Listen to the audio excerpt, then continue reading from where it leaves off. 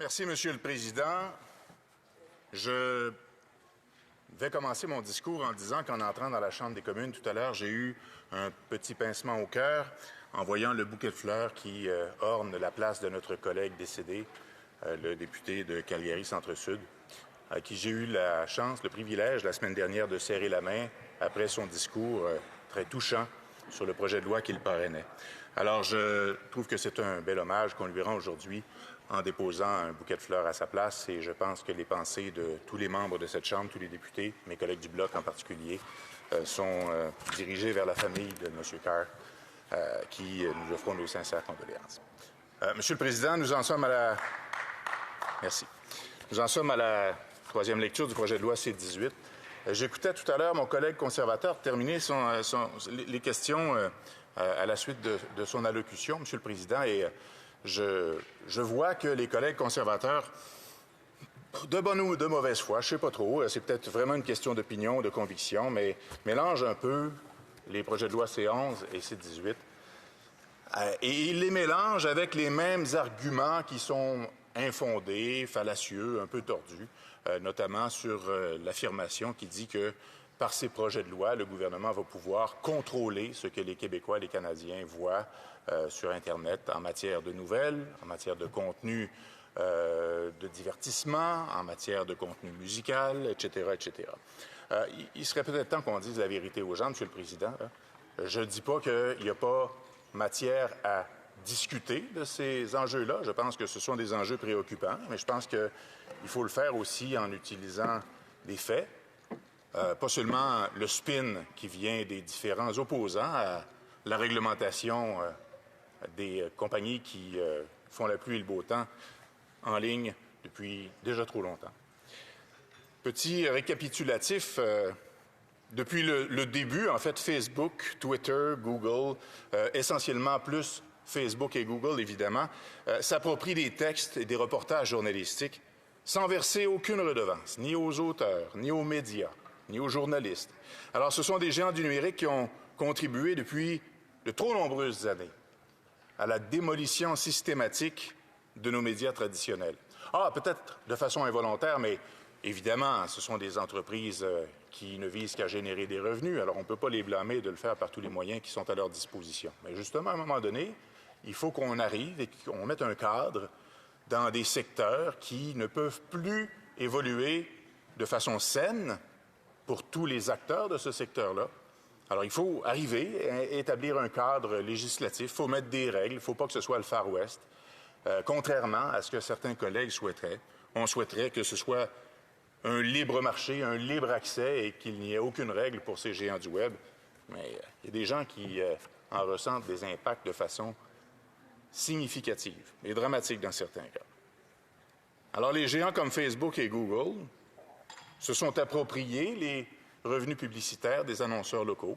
Ces revenus publicitaires qui sont souvent le pain et le beurre, qui sont même souvent la seule façon pour un média régional, pour un petit hebdo d'une petite municipalité rurale de subvenir à ses besoins, de survivre, en fait, de payer son monde, de payer ses journalistes, puis d'offrir une information de qualité.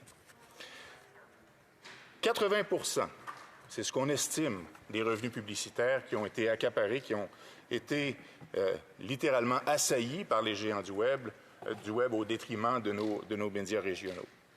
Jamais on leur a demandé de verser quelque montant que ce soit. Jamais on leur a imposé de taxes sur leurs revenus. On ne leur demande pas de rendre de compte. Alors là-dessus, même si ça a pris du temps, Monsieur le Président, je pense qu'il faut saluer l'initiative tardive d'un gouvernement de vouloir légiférer puis de vouloir mettre son pied par terre.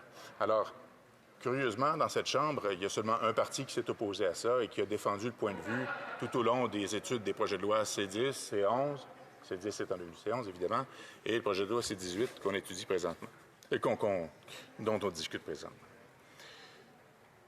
Alors, il y a des dizaines de médias, des dizaines de petits journaux qui ont fermé dans les dernières années à cause de cette crise qu'ils vivent. Et il n'y a pas une semaine depuis que je suis arrivé en poste comme député de Drummond, Monsieur le Président, et en plus comme porte-parole de mon organisation politique en matière de communication, où je n'ai pas entendu les doléances d'un acteur des médias d'information. Un hebdo de la région représenté par un collègue qui voulait absolument se faire rassurer. Où est-ce que vous en êtes, la gang du Bloc? Qu'est-ce que vous faites avec ça? On va-tu réussir à avoir ce qui nous revient? Est-ce qu'on va rééquilibrer le marché? Bien, c'est ça qu'on a fait avec ces 18. Il n'est pas question du tout de contrôler ce que les gens vont pouvoir voir comme contenu sur Internet. Il y a ces mensonges-là qu'on va démolir. Et puis, je vais le faire un peu plus tard. Je fais une parenthèse, d'ailleurs. Tout le monde l'a remarqué. Les journaux papier, là, mes enfants, ils se demandent c'est quoi qui arrive à la porte tous les samedis parce que je me suis réabonné à un journal qui livre le samedi sa version papier. Et qu'est-ce que c'est ça, papa? Bien, justement, c'est un univers qui a changé. On voit plus ça. Et jusqu'à tout récemment, le Journal de Montréal était le seul journal qui distribuait encore sa version papier 7 jours sur 7. Et Québécois a annoncé la semaine dernière qu'à partir de 2023, on ne pourrait plus continuer 7 jours sur 7. On va suspendre la livraison de la version papier le dimanche. Alors, c'est toute une industrie qui change, Monsieur le Président, mais il faut permettre aux entreprises de nouvelles qui nous alimentent, qui nous informent, de pouvoir continuer à le faire en disposant des meilleurs moyens possibles et en profitant de la technologie qui, veut pas, devient le moyen de transmettre l'information.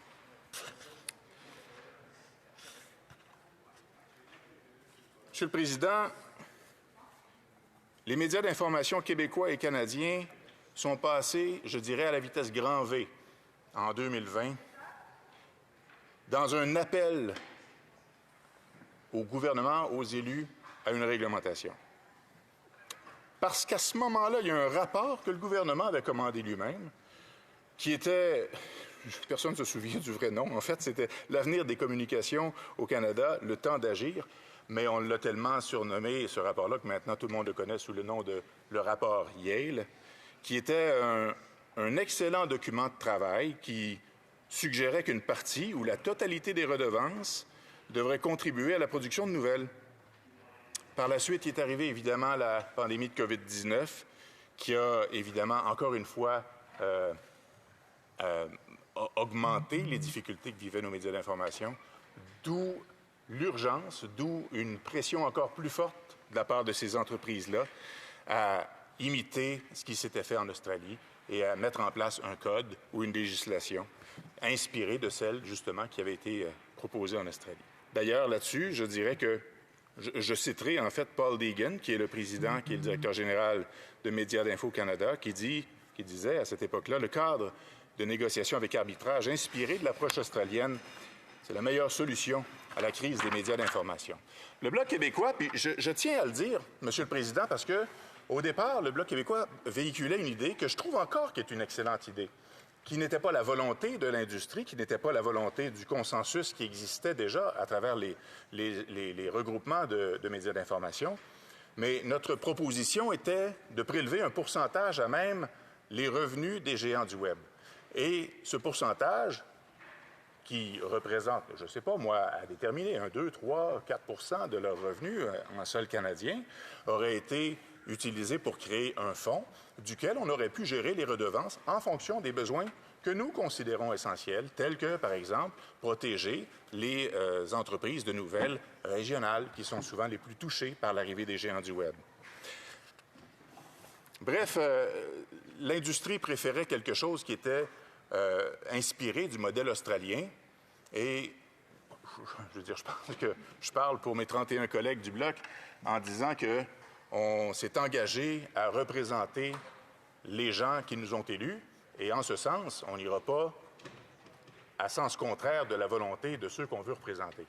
Alors, nous sommes allés dans le sens qui était proposé, soit une loi inspirée de ce qui s'est fait en Australie.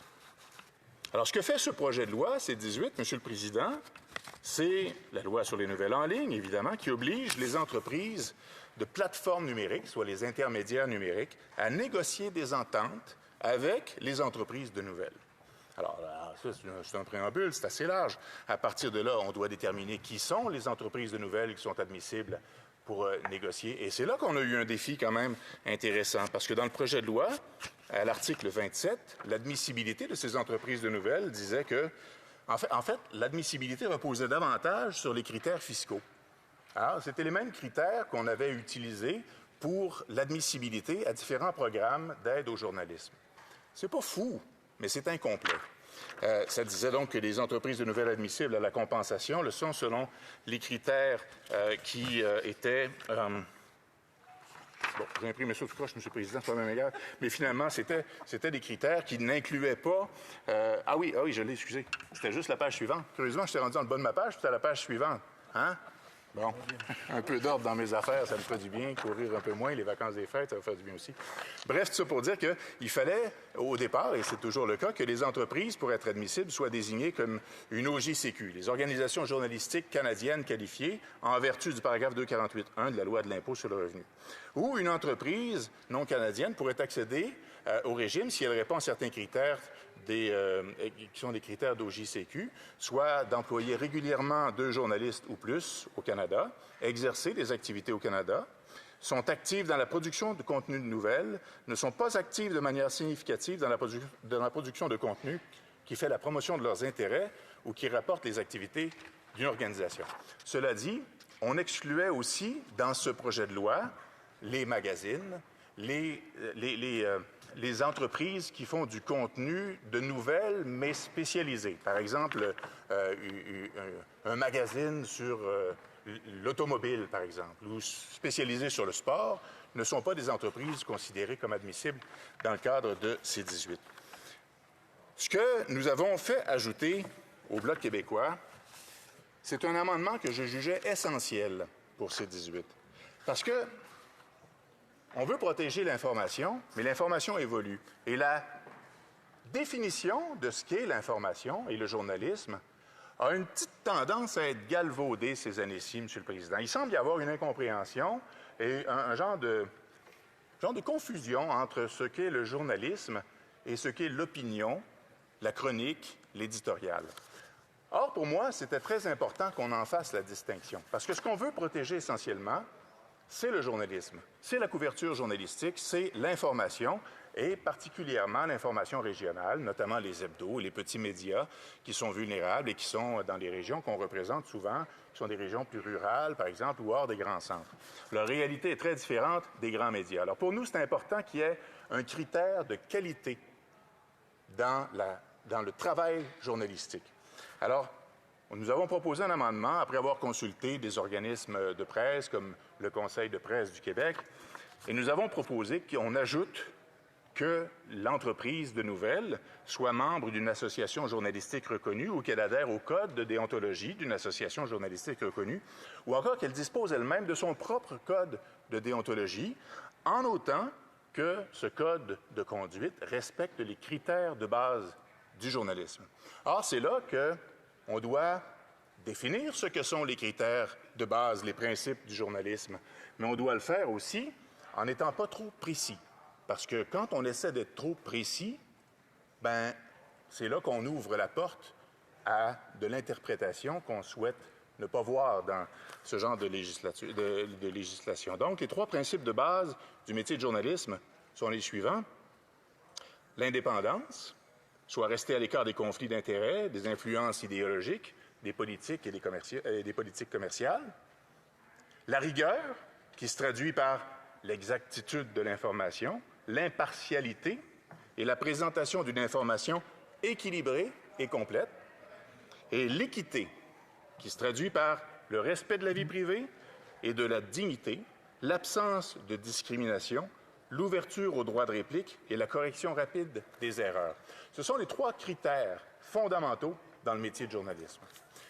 Et dans les discussions qu'on a eues, quand on a présenté cet amendement-là, on a eu justement des craintes soulevées par certains qui disent « Oui, mais si, par exemple, tel média émet une opinion qui ne va pas dans le sens de ce que le gouvernement veut entendre, mais encore une fois, je reviens sur la différence entre le journalisme, c'est-à-dire ce qui est produit par une salle de nouvelles, qui, d'emblée, applique ces critères fondamentaux, et la chronique, l'opinion, l'éditorial, qui est justement de l'opinion et du parti pris ou un point de vue un point de vue biaisé ou un point de vue différent, mais certainement non impartial de l'actualité de l'information.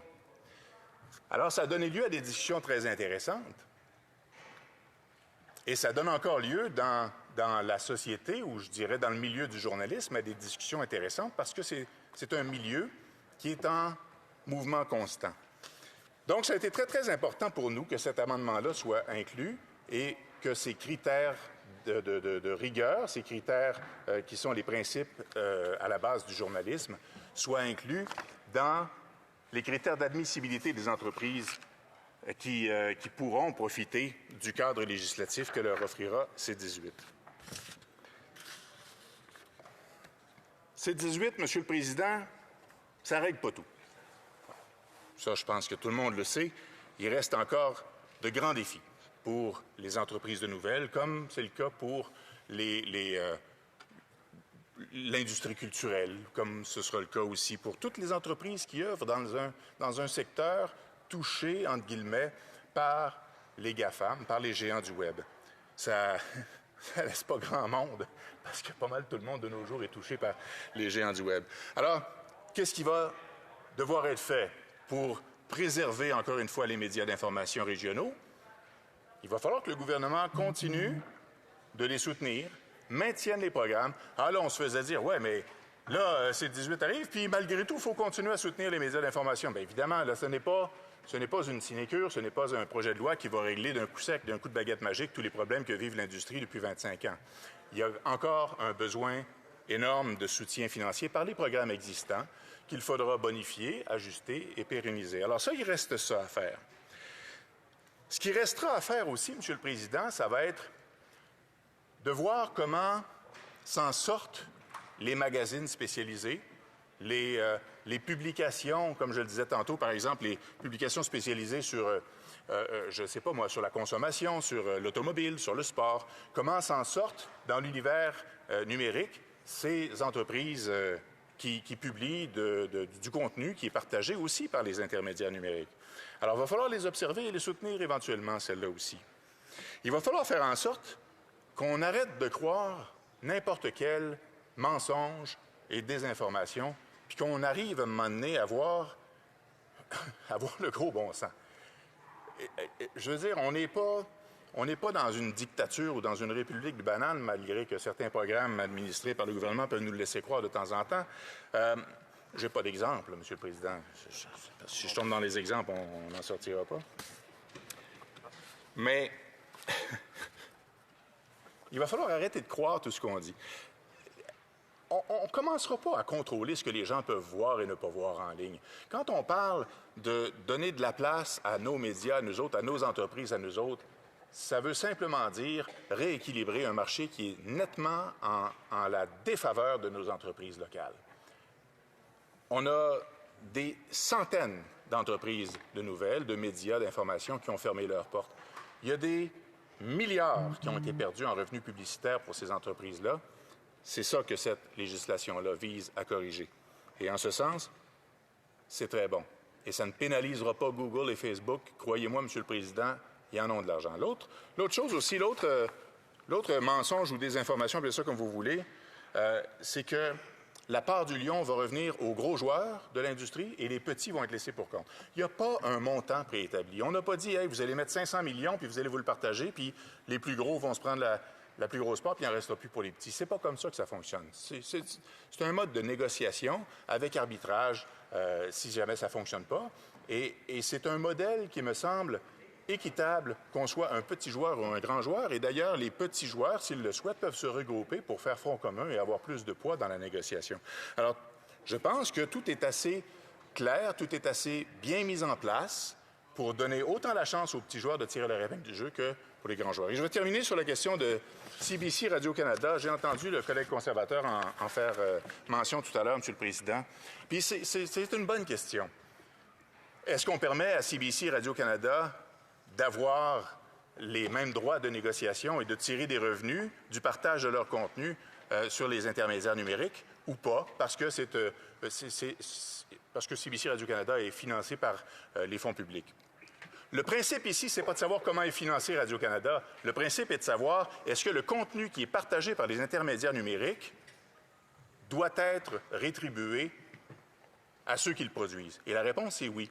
Si on veut entreprendre un autre débat sur le financement de Radio-Canada, Monsieur le Président, je dis oui, je suis ouvert et on aura de bonnes suggestions. Mais pour l'instant, voilà comment est fait C-18. C'est un projet de loi qui n'est pas parfait, mais qui est bien fait. C'est un bon point de départ et nous allons voter en faveur. Merci beaucoup. Questions et commentaires.